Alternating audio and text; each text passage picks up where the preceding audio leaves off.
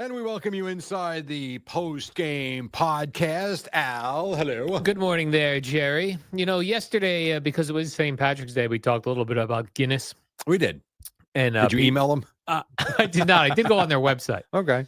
But people had reached out to me through direct message, and they said, well, if you go to Ireland and have a Guinness, you'll never drink another Guinness in America because Really? it tastes different. I'm like, well, how's that possible? It's coming from the same place. You know what I mean?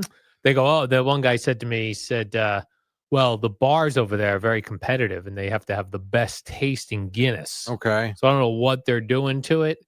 Got to be the specific temperatures they keep it at, maybe? Maybe by shipping it, it gets older. Maybe. Here in America, that sort of thing. But I did look. I was like, maybe I want to go to Ireland. And strangely, it came up on my Google Photos 15 years ago. When you guys went? Is when Boomer and Carton and I went to the Belfast area because we went for Bushmills back then. There were 2 times in the time with Craig I felt very forgotten about. And not by you guys, but by Mark. And that was when the Bermuda trip. Oh, yeah. And the Ireland trip. Bermuda and Ireland. Bermuda had to be so many. I can't find like a single photo from. Really? Or it never comes up in my Google Photos, the That's Bermuda trip. Yeah. So I wonder when that was. I don't remember, but I remember the Ireland trip. I just remember being in here. Me and Eddie were here. And, for us, it was 6:00 in the morning. If you guys, it was like 3:00 or whatever time it was in the afternoon. Yeah. And you guys had a day already. Yes. And then starting the show. I remember how much they loved doing the show at that time. Oh, yeah. You could sleep, have a morning, do the show, go out, have a night. Pretty cool. Yeah, it was pretty cool. And I feel like Boomer, because Boomer's not known in Ireland. Yeah, he can really let loose. Yeah, he was able to have a good time out at the Irish bars. I understand. I get it. That's why I love not letting loose. Don't get me wrong, but like when I'm at Rutgers, you walk around and everybody's so nice. But like even running to the bathroom, you say hello to numerous people. I like when I'm away, and there's no question about it. I say hello to a few people when we're away too. There's people from New York everywhere, but it's just so much quieter. You're so anonymous. It's just whatever. So I get that. I'm sure he has a blast in a scenario like that. Yes. I would have liked to have gone on that trip. Yeah, but that actually was a very good trip. Only because we went there with the Bushmills people. Yep. And everything was like first class. I'm sure. They picked us up in cars everywhere we went. It was a good old time. Pretty good. But in it, I was in the conversations I was having with people about Guinness yesterday online. If you're wondering what I did yesterday, Jerry. Apparently nothing. Someone brought up a great point. Either I read this somewhere or someone wrote this to me. Okay. This idea that, I was trying to think of foods or drinks where this doesn't happen. Okay. Which is like a Guinness, there's a diminishing return the more you have. Like, look, when I went out to the Irish bar this past weekend, to go to dinner there, but I got a Guinness. That first sip of Guinness, Jerry, I thought I was in heaven. I was like, this is the greatest tasting thing. Right. But midway through, you're like, By the end, you're like, yeah, I'm good. One is good. Had I ordered a second one, you would not have wanted it. It would not have. But is that true of every food or drink? Like, do you get diminishing returns after that first bite? Well, I think the first time of anything is usually the first person that did a YouTube video is worth billions of dollars now. The 9 millionth person, it's a struggle. The first bite of a whatever, a cheeseburger, I'm sure tastes great. By the end of it, you feel sick. Yes. The first Oreo you have, amazing. And you continue to eat the Oreos. Next thing you know, you're like, oh, bloated. I feel like crap. I mean, I don't know. I think depending upon the drink that you're having and where you're having it. So like this weekend on Saturday, I played golf with one of my sons and I had 3 Surfsides and I paced them. I had one on the first hole, one on the 6th hole, one on the 12th hole. And, in 3.5 hours, I had 3 drinks. And you know what? Each one of them was fantastic. Now, if I was pounding them one after the other, I think you're right. Yeah.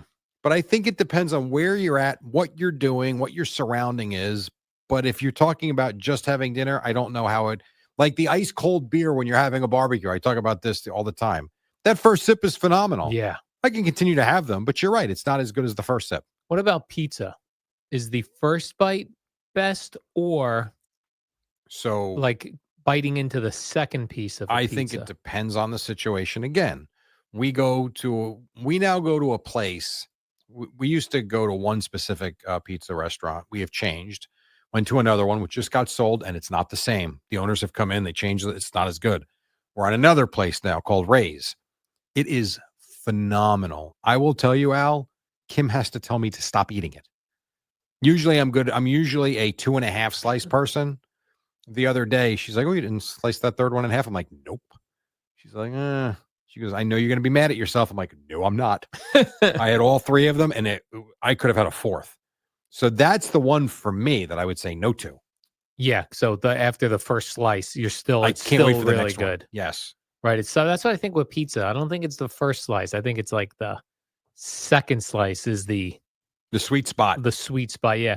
But that's what I say even about like desserts where someone will say, "Oh, I'll have a bite." Right. Because the first bite of a donut, delicious, of a cannoli, yeah. that first bite is like, But if you have to be able to know that and resist going further. Yeah, because then you go overboard. Yeah, but knowing that the first bite is the best. How do you stop yourself? I don't know. Like, I've always thought, and again, this is a compliment to you, when you used to do what you did with the one Reese's peanut butter cup. Yeah, I would have one slither of a Kit Kat. Oh, Kit Kat. I'm sorry. Yeah. How the hell do you do that? Like, that takes, to me, I look at it, I'm like, why can't I have the whole kit? It's nothing. But yet you're consuming more crap, more calories, and they're empty. Yeah. And yet you were able just to satisfy that craving by having literally one piece of a 4-piece Kit Kat that lasted you a whole week. Yeah, that was the thing. I'd have doesn't one make sense. Kit Kat bar. I could get 4 days out of it. God, it doesn't make delicious. Sense. Now, those Unreal bars that my wife has bought, the dark chocolate over the coconut, for some reason, maybe because there's not as much crap in it, I do have one of those, and I do feel satisfied. It's great. It's very satisfying. But I can't do it with the Kit Kat or a Twix bar or whatever, a Hershey bar, or even the Reese's peanut butter cup. Like, maybe it's because they're packaged like on the Unreal bars that you're saying. They're individually packaged. Yeah, each candy individually wrapped. When you open a Kit Kat, there's the 4 slices. You open the Reese's peanut butter cups. There's at least 2 in the package. I would love to say that that's the case. Yeah. Here's the problem: Halloween, when the bowl is filled with individual candies, including the individual Reese's peanut butter cups, I don't stop at one. But in that point, you're telling yourself it's Halloween. It's cool. Maybe these are the games we play. Yeah, you can always talk yourself into. I suppose. Yeah, I suppose. Yeah, I was just trying to figure out, like, is there a food or drink where there isn't diminishing returns after the first one? Yeah, and for me, it's pizza. May be it. That's it for me. Like the second slice might be even better. Yeah, And then by the third slice, you're pushing it. But the first slice, it's like not as satisfying as the second slice. I like all 3. Then I was listening to, I'm aware of Smashing Pumpkins. Yeah, I know a lot of their songs, really the ones that were on the radio, but they had a lot of radio hits back when they did. Alternative rock was popular. And he was a guest on Joe Rogan. Billy Corgan, yes.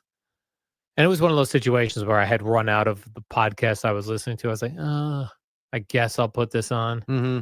He was such a normal person. And I don't know why, but his stage persona made me think he was like a complete weirdo. Mm-hmm. I got that but he's same normal. Watching him with Stern a few years ago. I got this. I shouldn't say I couldn't believe it because I didn't know him other than, the front man for the band, but very normal, very interesting upbringing, as you can imagine. And I enjoyed the interview. I would watch that again with Rogan. Yeah, this one, I'm only probably halfway through it, but yeah, he had like a crazy father growing up, who was always like just kind of nuts. He was selling drugs. He was involved in crimes and all this stuff. It almost makes you wonder because, I read the book on the Chili Peppers by Anthony Kiedis, Scar Tissue, and you read about his upbringing too. His dad helped him lose his virginity at like the age of 14 or 13 or something. like was in the house when it happened, and it was with an older woman, and it was just the most bizarre upbringing. And you sit there and realize no wonder they got hooked on drugs and alcohol because their childhood wasn't normal. And his dad was just odd. I don't know how else to say it. But do you think to be a successful musician, you have to come from an odd family? I don't know. I know that lifestyle is very difficult. I'm sure there are some that are good people that grew up very normal and just hit it big. But the more you read about a lot of these people, there's something screwed up somewhere along the way that allows them to have a I don't give a crap attitude, and I'm going to perform. And if you like it, you like it. And if you don't, you don't. And the ones that hit it big are the ones we learn about. And the others end up being, cover band singers somewhere, who are all very talented. Yes. Yeah. I'm trying to figure out, like, are there other guys that look very odd on stage, like Billy Corgan with Smashing Pumpkins, that seem to be normal when I've seen them interviewed? Like, they're like Trent Reznor is another kind of an odd guy. Sure. I feel like. How about Alice Cooper? Alice Cooper's a great one. He's a lunatic. He's a heavy metal guy, and then he's like a scratch golfer, normal dude. Yeah. Right? Yeah, he's probably one of the early ones, right? Okay, yeah. So yeah, he was this persona he had on stage. I think kind of Ozzy Osbourne. Ozzy Osbourne when they got that reality show, that mystery was gone because prior to that, Ozzy Osbourne was this very mysterious, strange man on a stage singing. He's the Satan worshiper. Yep. He's sacrifices puppies before a concert. But then you see him on that reality show. His wife's yelling at him because his kids can't stand him. He doesn't know how to work the remote control. Like, that's Ozzy, right? Like, what happened to my guy? But yeah, you're right. Seeing Alice Cooper teeing off and being a good golfer, very strange. Yeah. So Trent Reznor, I know he's done interviews. I haven't really seen. 9 Inch Nails, right? Yeah, he was 9 Inch Nails. That was like Marilyn Manson, I think, was bizarre even in interviews. Okay.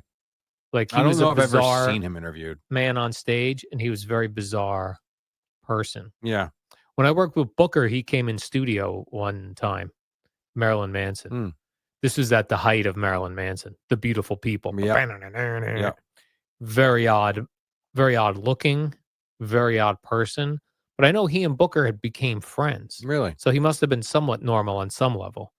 Now, coming into a radio studio at the height of your popularity, you got to act the part. Yeah, if you're doing a character or even slightly doing a character on stage, you've got to act the part right. Yeah, absolutely. Oh, Fred Durst.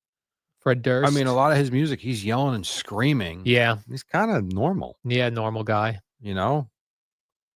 Not that I've seen too many in it, but I've seen enough of him. The documentary about Woodstock obviously was a big one for him. That was a great documentary. Sure was. Break stuff. It's a great song. Great song. I mean, that's one of those songs when I think back when I was first driving and that song came out, sometime in the 90s. That's one. There's certain songs you wish were longer. Yeah. That's one of them. Like, I think it's less than 3 minutes, actually. It's like, it's over already? Like, come on. And that's got to be when you hear that first guitar riff and you're at the concert. That's adrenaline rush. Someone's getting punched in the face. Hopefully it's not you. It's not you. But you're right. Like, that song and that sound, especially in a setting or really anywhere, I guess, when you're with a lot of people. And most people go to a concert excited to hear a specific few songs. That's got to be one. It just had that and Nookie, obviously, in the day. Yeah. But Break Stuff was just phenomenal. Yeah. And that's what's really cool about that Woodstock documentary. Yeah. The Break Stuff section. And he's breaking stuff. People are surfing on giant pieces of wood. Plywood, I know. On top of the crowd. Look how dangerous that is. People on the stanchions, on the scaffolds. Yes. I mean, it was, and I told you, I wanted to go to that. I wanted to go, and Kim thought I was beyond. That was 91 or 92 or 94. I think 90. Had to have been beyond because I was with, I know I was with Kim. It was 94. It was. She wanted no part of going. And I remember thinking, do I go without her? And then my mom thought I was nuts. Yeah, that's nuts. And I didn't go. But you would never think of doing that now, would you? Like, no. If I said, Jerry, there's going to be a Woodstock 2025. I don't think so. I'm 50. No. It's too much. I'm 50. I'll be 51. That's enough. I'm good. But in 94, I was 20 years old. Yeah. And I loved that music. I loved K-Rock, and I thought it would be a blast. And I never in a million years, I saw all the stuff on Woodstock in 60, whatever year it was. Never did I ever think that it would be out of control. I didn't. I thought it would be peace and love. Well, or at least well run. And boy, I'm glad I didn't go. Yeah. Oof. I really wish like rock would come up with another. We need like another platform for it. No, just like another subgenre of rock, like how alternative rock came out. Because think of all those artists with Smashing Pumpkins and Pearl Jam and Nirvana, into Marilyn Manson and where was Fred Durst from? What was his band? Limp Bizkit. Limp Bizkit. You know, like they all, and Korn, they all like went into each other, and then it's just like dead. Like Foo Fighters, the only remaining guys that are still putting out music that people care about. Yeah, I think if Pearl Jam put something out, people would care, but there's not many. Yeah, you're right. You're right Pearl about Jam. that. Is it that, or is it that we don't have the radio station to play it? Like, so what I would want to know, and it's very easy to Google, what is KROQ out of LA? What does their playlist look like? Yeah. Because I don't think we get that music here anywhere. And I do listen to 92.3, the HD2. I do. They're still doing that? Yeah. Yeah, they're still doing it. And I listen to it often. There's no DJs. There's no DJ. And that to me takes away from it, because while I will see and I can look on my dashboard and see who it is, there's something about the DJ talking up a band and talking about the band that helps me remember it, I guess. I don't know. It also helps too, like if it was a newer band and they're gonna do a concert near you. Yes. Tell me about it. Agreed. And that's part of having a DJ. Yeah. Weezer's another one. Weezer. They still put out music that people care about. Yeah. I would think. I saw that there's a show on Netflix. It's called John Mulaney. Yeah. Well, John Mulaney is the show's not called John Mulaney. It's called Everybody's Live, it's called. Okay. He does a show on Wednesday nights at 10 p.m. Eastern live on Netflix, and it's available after that. Okay. He's doing a very oddball talk show that I enjoy. And he always has a musical guest at the end. Mm-hmm. Like he had Weezer the last season he did it, which was really cool. And then this last week, he had Cypress Hill. Okay. Who I don't know anything about. Cypress Hill. You played them yesterday, right? You played them coming out of a break? No, that was... oh, you didn't? No, oh, I played... You're thinking of the Jump Around guys. Yes. I'm sorry. Around. House of Pain. House of Pain. Right. The Cypress Hill. But I gotta tell you, I was humming along to... It was a song called Hits from the Bong. Mm-hmm. It was just about smoking weed from a bong, which I've never done. But you'd be into it maybe if you're listening to the song? No, I was grooving to the song. Yeah. And then the rest of last weekend, I just went around going hits from the bong, taking hits from the bong. Gina probably thought you were nuts. Yeah. Well, but there are songs, I told you, and you played it last week, that new song by Linkin Park, Heavy as the Crown. To me, the first time I saw it or heard it, I'm like, I love this song. Yeah. And I don't know what it is about a song that hooks you, but immediately I loved it. But I think, like you said, do we have the radio stations to play the rock? We don't. But if there was that's what I would love to know. Like, I would love to have been at the start of that alternative rock to when they realized radio stations and companies, boy, we have enough different bands in this genre that we can do a whole radio station. Like how would we know?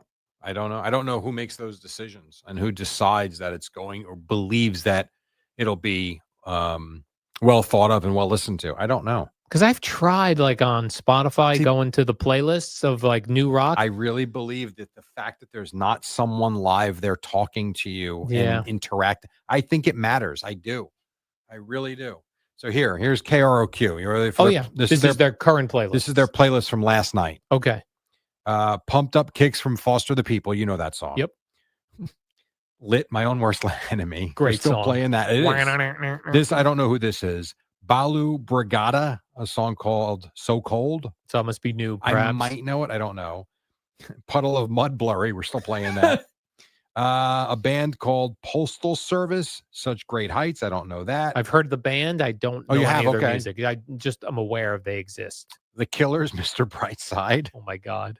21 Pilots, Heathens, which I do like. That's kind of old now. I mean, that's not a new song anymore. That's got to like Mr. be Brightside. Well, that's even older. Exactly. Wow. Foo Fighters, My Hero. Oh God. Chili Peppers, Can't Stop. Oh my God. Bad Omens, Just Pretend. Don't know that it. one. The last couple, Phoenix, Listomania. Don't know that one. And then there's Linkin Park, Heavy as the Crown is the last one here on the list. So you've got a mix there. K-Rock's giving you some new stuff. Right. But boy, we're still going back to 1994. Right, but they're throwing in some new things to be no like, doubt. hey. No doubt. There is new music here for sure. And I don't know who some of them are. And I know they do that. So it's like, hey, here's a new song. But don't worry. The Killers is coming right up. Don't worry. After Rise Against and The Good Left Undone, we got a good one for you from Third Eye Blind called Jumper. I wish you could. That's a weird mixture. Yeah, it is. It is. I like this, though. And this is why when I'm home in the summer, I will stream this on the Odyssey app. Yeah. I actually like it. So, yeah. All right, Jerry, let's do the warm-up show. I did that with Mr. CeeLo. We'll be back tomorrow. I'll have CeeLo at 5, you and Boomer at 6, and I on the post-game podcast. I'll give you one other. Okay. One of the most underrated Linkin Park songs, Runaway. I don't know that down one. here. You know that song, right? I don't know it by name. I might know it if I heard it. I think it's one of their most underrated songs because no one ever mentions it. But that's all yesterday. Jerry and I are bringing rock and roll back. We just need a whole bunch of bands with a kind of a new subgenre, and then we'll be good to go. Figure it out. Figure it out, people. Want to go scout the Jersey Shore bar scene for new bands? No, there's that place, House of Independence in Asbury Park. I think they put newer bands. Oh, do they? Yeah. You ever go? No, I've gone to see older bands like the Lemonheads there. Oh, okay. All right, Jerry. So